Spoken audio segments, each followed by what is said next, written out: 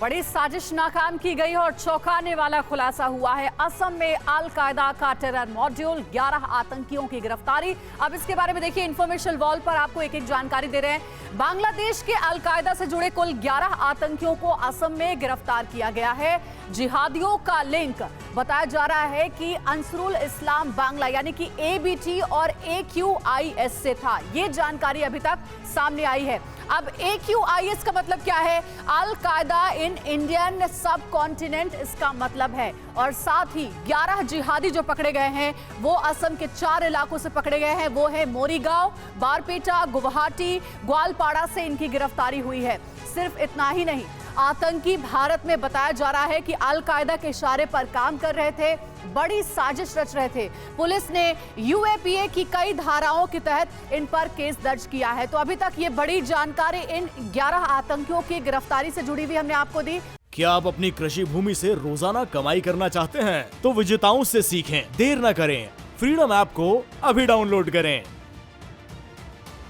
और साथ ही एक और इन्फॉर्मेशन जो सामने आ रही है कि आखिर मदरसे की आड़ में कैसे आतंक का एजेंडा चलाया जा रहा था। अब देखिए, आपको हम ये बताने जा रहे हैं, बताया जा रहा है कि ये जो एक आतंकी है इनमें से वो मदरसे में पढ़ाता भी था।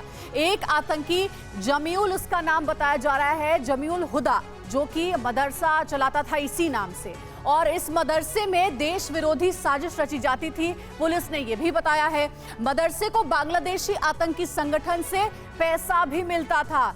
बांग्लादेश आतंकी संगठन पैसा देता था इस मदरसे को चलाने के लिए। मदरसे में वांटेड आतंकियों को पनाह मिलती थी। और सिर्फ इतना ही नहीं, बल्कि मदरसे का इस्तेमाल आतंकियों के लिए एक सेफ हाउस के तौर पर किया जाता था। यहाँ पर आतंकियों को पनाह दी जाती थी, यहाँ पर रहने के लिए भी कहा जाता था। पुलिस ने मोरीगांव के मदरसे को फिलहाल सील कर दिया है और इलेक्ट्रॉनिक डिवाइस और कुछ दस्तावेज यानी कि डॉक्यूमेंट भी बरामद किए गए हैं। इन 11 आतंकियों से अब लगातार पूछताछ हो रही है सुरभि, और इसी पूछताछ में चौंकाने वाले खुलासे हो रहे हैं। तो TV9 भारतवर्ष एक अपडेट आपको दे रहा है। साथ ही बता दें, आतंकियों की गिरफ्तारी पर असम के CM हेमंत बिस्वा शर्मा की तरफ से भी बयान सामने आ रहा है। आतंकियों से पूछताछ में कई बड़े खुलासे होंगे, हेमंत बिस्वा शर्मा की तरफ से कहा गया। साथ ही ये भी बता रहे हैं कि किस तरीके से 24 घंटे में जिहादी मॉड्यूल का भी बड़ा खुलासा होगा।